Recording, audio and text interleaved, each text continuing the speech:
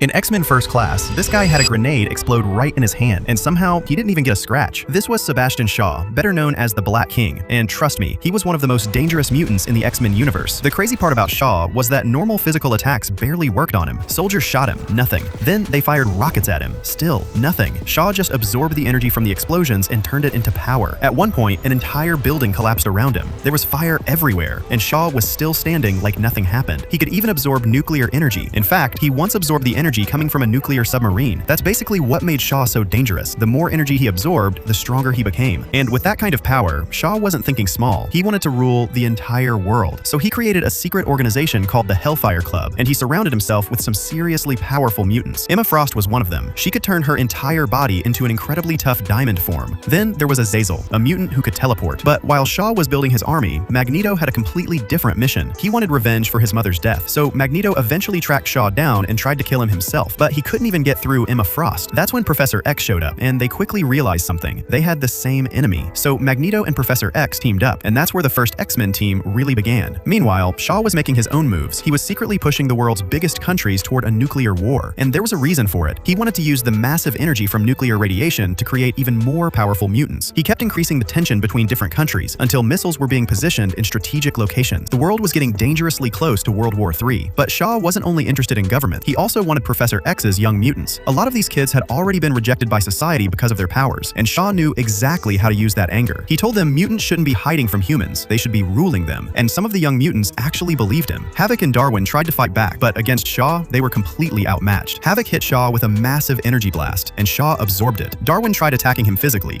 That didn't work either. Shaw was basically feeding off their attacks. Then things got even darker. Shaw forced Havoc's energy into Darwin, and Darwin died. That was enough to show the other mutants exactly what Shaw was capable of, and now Shaw was ready to finish his plan. The missile crisis had begun, but Shaw didn't realize that Magneto and the X-Men were already coming for him. By this point, Magneto had become insanely powerful. He stood on top of a fighter jet and then did something absolutely crazy. Using only his powers, he pulled an entire nuclear submarine out of the ocean. He ripped the submarine open and went straight for Shaw. But there was a problem. Shaw had already absorbed the submarine's nuclear energy. He was now more powerful than ever. So when Magneto attacked, Shaw barely even felt it. For a moment, it looked like Shaw had won, but Magneto had been waiting for the right moment. He ripped Shaw's helmet off. That helmet was the only thing stopping Professor X from getting inside Shaw's mind, and once it was gone, Professor X could finally control him. Then Magneto reached into his pocket and pulled out an old coin. It was the same coin Shaw had given him years ago, the same coin connected to the worst moment of Magneto's childhood. Magneto focused all of his power on it and sent the coin straight through Shaw's head. Just like that, Magneto finally got his revenge. After everything Shaw had done, the Black King was finally dead.